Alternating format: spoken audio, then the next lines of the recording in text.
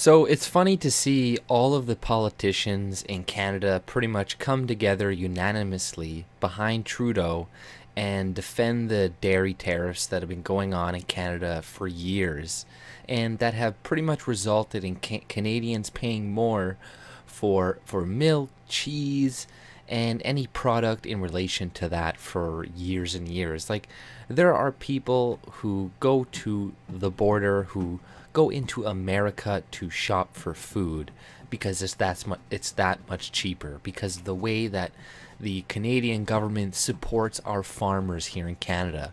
Like, a lot of people, they'll say like, well, America gives their farmers subsidies too, but they give their farmers subsidies in the terms of tax breaks, whereas what we do is we do supply management, which is a like what do you call it? This was implemented in Russia.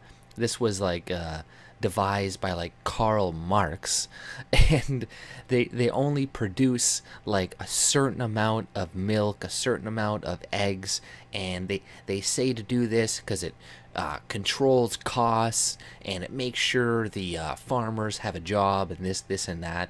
And it's like, yeah, it does make sure they have a job, but Canadians are paying on average something like $300 to $400 more, or I've seen other estimates of like $600 every year on milk and these products compared to Americans. So we are protecting a very, very, very small portion of Canadians, the dairy farmers, at the expense of all of the other Canadians. And it's crazy because we're in Canada, we're fed all the time that, oh, we need to protect Canadian, this against Americanism, and we need to protect Canadian industry, this, and that. And that just means going in and subsidizing it. Like, oh, we need to protect Canadian broadcasting and their shows, and we need to fund Arctic Ice and all these shitty Canadian shows that nobody watches, but we need to keep putting money into it to protect Canadian values and this and that, right? And it's like our industry, which is complete fucking bullshit. And Andrew Scheer came out, supported this, and a lot of these other people came out, and they're trying to shame conservatives. Like, if you don't stand behind Trudeau, you're not a real Canadian and you're not a real patriot, blah blah blah. It's like, no, I'm just not a fucking idiot who wants to pay more for products that I can get for cheaper. And to what? To make sure that these fucking dairy farmers in Quebec keep getting a lot of fucking money? No, fuck you. The only reason Andrew Scheer is the leader of the Conservative Party is because Maxime Bernier came out against supply management, against the dairy tariffs that have been going on for years, that are affecting average Canadians. That has been an issue in Canada for years. Like, a liberal a little while ago came out in 2012, and she made it a whole issue herself. So this is more of a bipartisan issue, right? It's not just one side or the other. Both sides have brought this up as a major issue. But the only reason Andrew Scheer won was because of Maxime Bernier coming out against the dairy farmers, which are primarily situated in Quebec. So, yeah, the politicians, they're just playing to these fucking people, and the rest of the Canadians are stupid enough to buy it. When the economy goes to shit because we cannot win this trade war with America, they are our number one trade partner. We trade like 20% of our resources with America, where they trade like something like 2% with us. So they can obviously take the hit way more than we can. And considering he's making deals with China, South Korea, all these other countries who have already come and made deals since he's imposed tariffs. Like, he imposed tariffs on China. They came back and they offered to buy $70 billion worth of American goods right away. So he could probably negotiate that to even more. Same with South Korea. They're coming around the table. So all it's going to really take is one of these guys from Europe or Canada. It's probably going to be Canada first.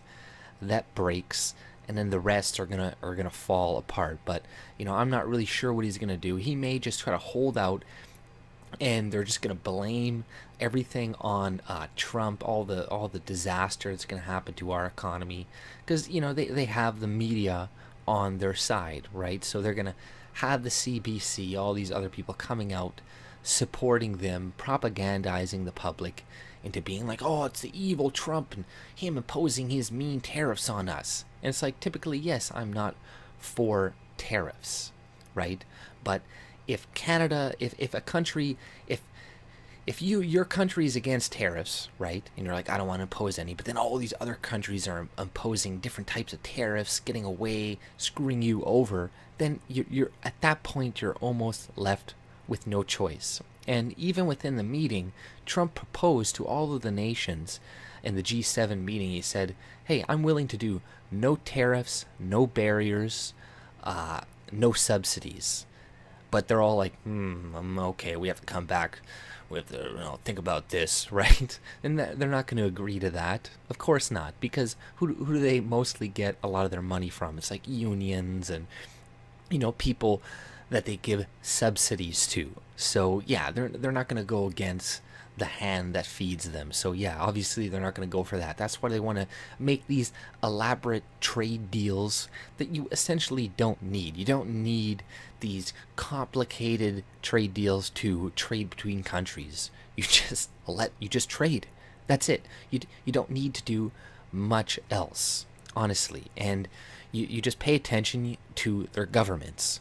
That's really what you have to do. If their governments start subsidizing an industry, then you're like, oh, okay, then we can do something about this. But other than that, you don't really have to do much other than just trade. Like, I am for free trade. That is better for everybody, because like what we're doing in Canada right now by protecting the dairy industry, it is costing the average poor Canadian a lot of money each year, and it's not good for everybody. And people think, oh, well, we're going to lose some Canadian jobs. Well, that happens in markets that develop. Sometimes you do lose jobs, and new different jobs take their place, and those people sometimes have to do other things. But if the rest of Canadians are now are saving hundreds of dollars every year, it's worth a few thousand fucking jobs of people if you look at it at the grand scale. But this is a problem with democracy in our societies, as people, they think too short term.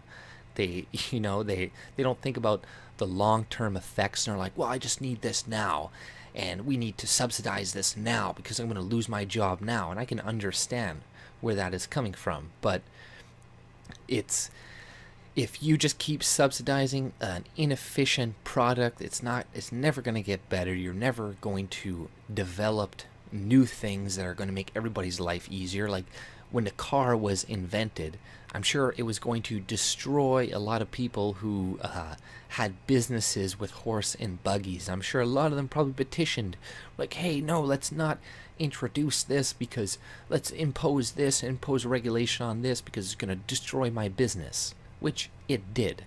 But ultimately, over time, it made everybody's life a lot better and create a lot of other new industry because of it. So, if we need to think long term in how these policies are going to, create progression and create new technologies for everybody in the future. Because if we just keep, doing this protectionism and not, competition makes everything better. Like, that is the thing about capitalism and free markets, is the more that we do have people competing with each other, the more we can exchange ideas, the more we can, build off of other people's inventions, right? If you're just secluding yourself, isolating yourself, keeping all of your ideas to yourself, nobody can ever expand on those ideas. And it's the same thing within nations. If you just keep all of your information, your industry and stuff to itself,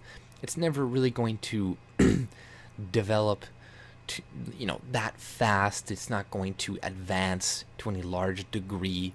And yeah, so that's why I am for free trade and no tariffs. But the situation that is going on now with what Canada is doing and what European countries are doing by also buying cheap metal and steel from China, repackaging it, and then selling it to America for a higher value, Like, that is all things that, needs to be stopped, right? Under the current situation that we have. If you had free trade, like actual free trade, and just let people trade without imposing all these different sanctions, yeah, we could just get cheap steel from China, repackage it, and sell it to America. But as long as you let them know, if you have this agreement set that, oh, we're gonna pay a higher value for Canadian steel, and then you buy Chinese steel and make it seem like it is Canadian steel and you resell it, yeah, then you're swindling people on the terms of the deal that you set.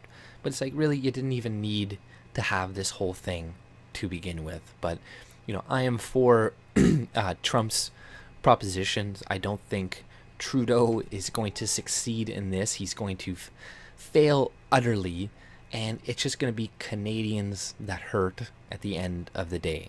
So, don't listen to the media coming out eventually who are going to blame this entirely on Trump. These trade deals like NAFTA and TPP and all this, the media touts them like they're amazing and great and all these things, but these NAFTA and whatnot have been in place for years and years, and people's jobs have been going to Mexico for years and years and years. Their wages have been stagnant for years and years and years. So clearly, this stuff is not working. So things need to change. And I remember people a while ago like, oh, Trump's not going to change the NAFTA deal. And it's like, look at him now. Like, look at what's going on now. Like, a lot of things he did say he was going to do, he is doing. He is making strides in North Korea, despite what everybody's saying. Like, I see the media even priming people now.'re like, well, if he does make a deal, it's gonna be good for North Korea because this. So it's like, no matter what he does, it's gonna be, they're gonna perceive it as negative. He'll solve the thing in North Korea, and they'll be like, but he didn't mention all the atrocities that Kim did and his dad, and he didn't say that he needs to go to prison and suffer and go to jail for 100 years and this and that. So they'll never be happy. But yeah, I'm for Trump in this situation. Fuck Trudeau. I'm not gonna kowtow to these conservatives in Canada trying to manipulate me to get me to support Trudeau. It's like, clearly we can see you're just supporting these fucking dairy farmers and the supply management, which is fucking a Marxist fucking principle that should never have been applied to Canada. Like, what the fuck is wrong with people? But that's all I pretty much had to say. If you like my content, subscribe and have a good day. See ya.